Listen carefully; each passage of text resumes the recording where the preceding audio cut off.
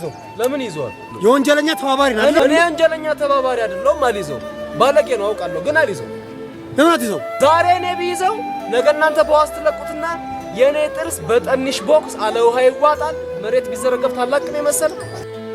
ፍቅር ሰው ሲሞት እንኳን አይጠፋም፣ ወደ ኋላ ይቀራል እና የማንቋቋመው ይሆናል። ብቻችሁን መሆን ተማሩ። ሁሉም ሰው አይቆይም። መልካሙን ተስፋ አድርግ፣ በርግጥ ለክፉ ነገርም ተዘጋጅ። እነዚህ አባባሎች ከትላንት በስቲያ አርብ ጥር 8 ቀን 2018 ዓ.ም ያጣነው በኢትዮጵያ የፊልም ኢንዱስትሪ ውስጥ ስሙን በወርቅ ቀለም የጻፈው ባለብዙ ተሰጥኦ የተወዳጁ የኪነ ጥበብ ባለሙያ የአርቲስት ነጻነት ወርቅነህ አባባሎች ናቸው። የኪነ ጥበብ ባለሙያው ነጻነት ወርቅነህ እምሩ የካቲት 10 ቀን 1974 ዓ.ም ከአባቱ ከአቶ ወርቅነህ እምሩና ከእናቱ ከወይዘሪት ምናለሽ ሸዋ ይፍሩ በአዲስ አበባ ከተማ በፖሊስ ሆስፒታል ተወለደ። ለቤተሰቡ አራተኛ ልጅ ሲሆን 3 ወንድሞችና 1 እህት በነበረው ቤተሰብ ውስጥ በኡራኤል ሰፈር እንዳደገም ይነገራል። የመጀመሪያ ደረጃ ትምህርቱን በአስፋወሰን የመጀመሪያ ደረጃ ትምህርት ቤት የተማረ ሲሆን እስከ 7ኛ ክፍል ባለው የልጅነትና የትምህርት ቤት ቆይታው ለኪነ ጥበብ የተለየ ፍቅርም አልነበረውም። የ8ኛ ክፍል ተማሪ ያለ የጉሊቷ እናቴ የሚል ቲያትር ላይ የሴት ገጸ ባህሪን ይዞ መተወኑም ይነገራል። የሁለተኛ ደረጃ ትምህርቱን በምስራቅ አጠቃላይ ሁለተኛ ደረጃ ትምህርት ቤትም ተከታትሏል። የ16 ዓመት ልጅ ሳለ ከኡራኤል መርካቶ ድረስ በእግሩ እየተመላለሰ የዩኒቲ የቲያትር ክለብ እንደተቀላቀለ ቲያትር መስራት መጀመሩም ይነገራል። የዩኒቲ ክበብ መፍረስ በቀጣዩ የነጻነት መዳረሻ የሩሲያ የባህል ማዕከል ወይም ፑሽኪን አዳራሽ እንዲሆን አደረገው። በፑሽኪን ቆይታው በግጥሞች በወጎች መሃል የሚተላለፉ የተመልካቾችን ቀልብ የሚይዙ የ30 ደቂቃ ድራማዎችንም ሰርቷል። በፑሽኪን ቆይታው ፍሬሽማን የሚል ድርሰቱን በ40 ደቂቃ የሚያልቅ ድራማ አድርጎ ሰርቶትም ነበር። ኋላም ቲያትሩን አሻሽሎ ከአዳነች ወልደ ገብርኤል ጋር መስራቱን አይዘነጋም። ነጻነት በአንድ በኩል ፍሬሽማን ፑሽኪን ያሳየ የመጨረሻ ኃጢያት የሚል በቀበሌ አዳራሽ ውስጥ የተሰራ ቲያትርም አሳይቷል። በፑሽኪን በነበረው ቆይታ ላይ አብረውት ከሰሩት ተዋናዮች መካከል ኢሳያስ አስራት ስለ ነጻነት የትወና አቅም ሲናገር እኔ ስለ ነፂ እመሰክራለሁ፣ የሚሰራው ገና ሲወጥነው ያውቀዋልም ብሎለታል። አክሎም ፑሽኪን ወይም የሩሲያ የባህል ማዕከል በነበርንበት ወቅት እኔም እርሱም ተውኔት እንጽፋለን፣ እናዘጋጃለን፣ እንተውናለን። ፉክክርም ነበር በመሃላችን። ነፂ ግን ይለያል። አድምቶ መስራትና በዚያው መጠንከርና ግቡን መምታት ያውቅበታል በማለትም መስክሮለታል። ነዋሪነቱም በካናዳ ያደረገው ገዛኸኝ መኮንን ሲናገር ለመጀመሪያ ጊዜ በፑሽኪን ማዕከል መድረክ በግጥም መሃል በሚያቀርባቸው አጫጭር ተውኔቶች ላይ ነበር ችሎታ እንዳለው ያስመሰከረው። እኔና ወዳጄ ሚሊዮን አየለ በጋራ ጽፈን ባዘጋጀነው ፊስታሌ የተሰኘ የ5 ደቂቃ ድራማ ላይ ካስት ስናደርገው ከሙናዬ መንበሩ ጋር እንዴት በልዩ ሁኔታ እንደተጫወተው አሁንም አይረሳኝም።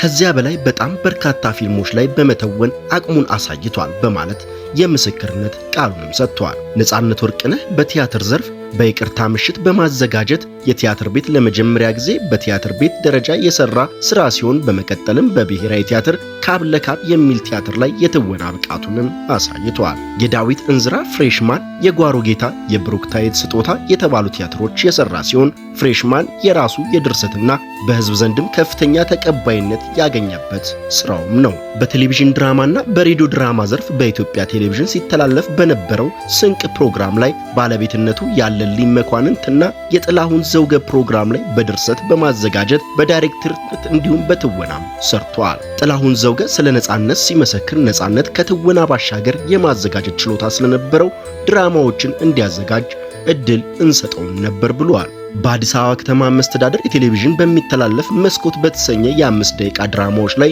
በርካታ ድርሰቶች ላይ የነጻነት አሻራዎች ማግኘት ይቻላል። በሬዲዮ ድራማዎች ላይ በድርሰት በኢትዮጵያ ሬዲዮ እንዲሁም በኤፍኤም 97.1ም ተሳትፏል። በፊልሙ ዘርፍ የመጀመሪያ ፊልሙ የማይደረስበት የሚል ፊልም ሲሆን ኪሳራ ላይም የጣለው ፊልም ነበር።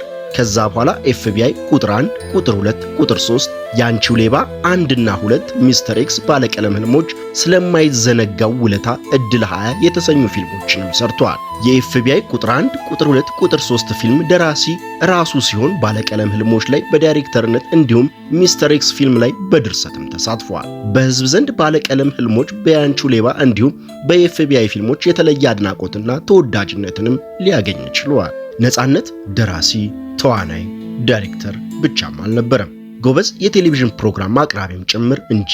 በተለይም በኢቢኤስ ቴሌቪዥን በሚተላለፈው የቤተሰብ ጨዋታ የፕሮግራሙ አዳዲስ ቃናን እየጨመረ ለዓመታት ፕሮግራሙ በህዝብ ዘንድ ልብ ውስጥ እንደተወደደ እንዲሁም ሳይሰለች እንዲቆይም አስችሎታል። ከቴሌቪዥን ፕሮግራም አቅራቢነቱ በተጨማሪም የተለያዩ ማስታወቂያዎችን እንዲሁም መድረኮችን መልእክታቸውን ሳያጡ በሳቅ እንደታጀቡ አድርጎ ማቅረብ ላይም የሚደርስበት የለም። በአጠቃላይ ነጻነት የዘርፉ ብዙ ሙያ ባለቤትም ነበር ማለት ይቻላል። ከወራት በፊት ከህንድ ሀገር ታክሞ ሲመለስ አዲስ አበባ በደስታ አብዳ ነበር። በህንድ ሆስፒታል አልጋ ላይ ሆኖ በጻፈው ያ መልእክትም ዛሬ በሰዎች ልብ ውስጥም ያስተጋባል።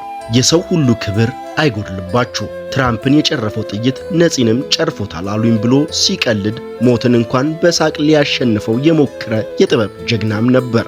በጣም ደህና ነኝ በቅርቡም እመለሳለሁ ብሎ ሲፈርም ያ የማይነበብ ፊርማው የህይወት ዋስትና መስሎም ነበር። በኢቢኤስ ስቱዲዮ ተገኝቶ ነበር። ያ የተለመደ ፈገግታውን፣ ያ ጨዋታ አዋቂነቱን ያልተለየውም ነበር። ለካ ያ የቤተሰብ ጨዋታ መሪ የዘመን ድራማ ውዴ የመጨረሻ ስንብቱን እያደረገ ነበር። ያዝ ለቀቅ የሚያደርገው በሽታው ለጥቂት ጊዜ ፋታ የሰጠው መስሎን ብንታለልም የህይወት መጋረጃው ሊዘጋ ጥቂት ሰዓታት ብቻ ቀርተውትም ነበር። አርቲስት ነጻነት ወርቅነህ በህይወት ዘመኑ ብዙ ጊዜ ይናገረው የነበረው አንድ ጥብቅ ኑዛዜ መሰል ምኞትም ነበረው። እናትና አባቱ በህይወት ስለሌሉ ያሳደገችው አያቱ እጅግ ይወዳቸው የነበረው ነጻነት ስሞት ከአያቴ አጠገብ ኤልልቱ ቅዱስ ጊዮርጊስ ቅበሩኝ ሲልም ለወዳጆቹ ደጋግሞ ይናገር ነበር። የሚገርመው ነገር ይህ ድንገተኛ ሞት ከመከሰቱ ከሳምንት በፊት ነጻነት ወደ ኤልልቱ ቅዱስ ጊዮርጊስ በመሄድ ቤተክርስቲያኑን ስለማደስና የልማት ስራዎችን ስለማከናወን ከደብሩ አስተዳዳሪዎችና ከሚመለከታቸው አካላት ጋር ሲመክርና ሲነጋገር ቆይቶም ነበር። ሆኖም አያቱ ጓሮ የመተኛት ህልሙን ሳይሳካ ቀርቷል። የአርቲስቱ የቀብር ስነ ስርዓት በሀገር ደረጃ ትልቅ ክብር የሚሰጠው በመሆኑና በኪነ ጥበቡ ላበረከተው አስተዋጽኦ በሚል ከኑዛዜው ውጪ ቅድስት ሥላሴ ካቴድራል እንደሚፈጸምም ተወስኗል። ነጻነት ገና በ7 ዓመቱ የልጆች ጊዜ ላይ ሲታይ ጀምሮ የኢትዮጵያ ሕዝብ የራሱ ልጅም አድርጎት ነበር። በአዲስ አበባ ዩኒቨርሲቲ በቲያትር ጥበብ ሰልጥኖ ሲወጣ ጥበብ በደም ውስጥ እንደገባች ማረጋገጫም ሆነ። የወንድም አማች፣ የሞግዚት ልጆችና አንድ ለናቱ የሚል ፊልሞች በኢትዮጵያ ሲኒማ በሳቅና በቁም ነገርም አድምቀዋል። በተለይም በ2016 የህዳሴ ግድብ በአዲስ ዓመት መቀበያ ላይ የነበረው ጉልበትና ለሀገሩ የነበረው ፍቅር ጠቅላይ ሚኒስትሩ ሳይቀሩ ሁላችንም አዲስ ዓመትን በደስታ እንድንቀበል አድርጎን ነበር ብለው እንዲመሰክሩለትም አድርጓል። ነጻነት ወርቅነህ ሌሎች ሲደሰቱ ከማንም በላይ ይደሰታል። በበርካታ ችግሮች ቢያልፍም ሳቅ ከምንም በላይ መድኃኒት ነው በሚል አስተሳሰብ ለዓመታትም ዘልቋል። አብረውት ለሚሰሩት የኪነ ጥበብ ባለሙያዎች ልዩ ክብር ያለው ነጻነት ለሰዎች በመድረክ የሚያየው በሰዎች ደስታ የሐዘን ጊዜን ቀድሞ የሚገኝ መሆኑን የቅርቦቹም ይመሰክሩለታል። ነጻነት ወርቅነህ ከትዳር አጋሩ ከንጹህ ዘር በላይ ጋር ትዳር የመሰረተ ሲሆን የ3 ልጆች አባትም ነው። ልጆቹም የ18 የ15 እና የ9 ዓመት ዕድሜ ሲኖራቸው የመጀመሪያው ልጁ ኦሬገን ስቴት ዩኒቨርሲቲ ነፃ የትምህርት ዕድል አግኝቶ እየተማረ እንደሆነ፣ ሁለተኛ ልጁ የሁለተኛ ደረጃ ትምህርቷን መከታተል እንደጀመረች እንዲሁም የመጨረሻው ለፒያኖ ፍቅር እንዳላት ከወራት በፊት ገልጾ ነበር። በኢትዮጵያ የጥበብ ሰማይ ስር በፈገግታ ደምቆ በትወናው ጥልቀትና በሰባዊነት ርኅራኄው ብዙዎችን ሲያስቀድም የነበረው አርቲስት ነጻነት ወርቅነህ ወይም ነፂ ድንገተኛ ህልፈት መላውን የሀገሪቱን ሕዝብ በከባድ ድንጋጤ ሐዘን ውስጥም ዘፍቆታል። ይህ መርዶ እንደ ሰደድ እሳት ሲሰራጭ ከሀገር መሪዎች እስከ ጥበብ ባለሙያዎች ድረስ ሁሉም የኔ ንጹህ እያሉ እንባቸውን አፍሰውለታል። ጠቅላይ ሚኒስትር ዶክተር አብይ አህመድ የአርቲስቱን ህልፈት ተከትሎ በሰጡት መግለጫ ነጻነት በኪነ ጥበብ መስክ የነበረው ጉልህ ሚናንም አስታውሰዋል። አርቲስት ነጻነት ወርቅነህ በድንገት በማረፉ ሐዘን ተሰምቶኛል ያሉት ጠቅላይ ሚኒስትሩ በተለይም በ2016 ዓ.ም የህዳሴ ግድብ በአዲስ ዓመት መቀበያ ፕሮግራም ላይ የነበረው ንቁ ተሳትፎ ህዝቡን ለማስደሰት የነበረው ትጋት በታላቅነት አክብሮት አንስተውታል። በሌላ በኩል በኢትዮጵያ የጥበብ ምልክት የሆነው አርቲስት ቴዎድሮስ ካሳሁን ወይም ቴዲ አፍሮ የልብ ስብራቱን በገላጭ ቃላትም አስፍሯል።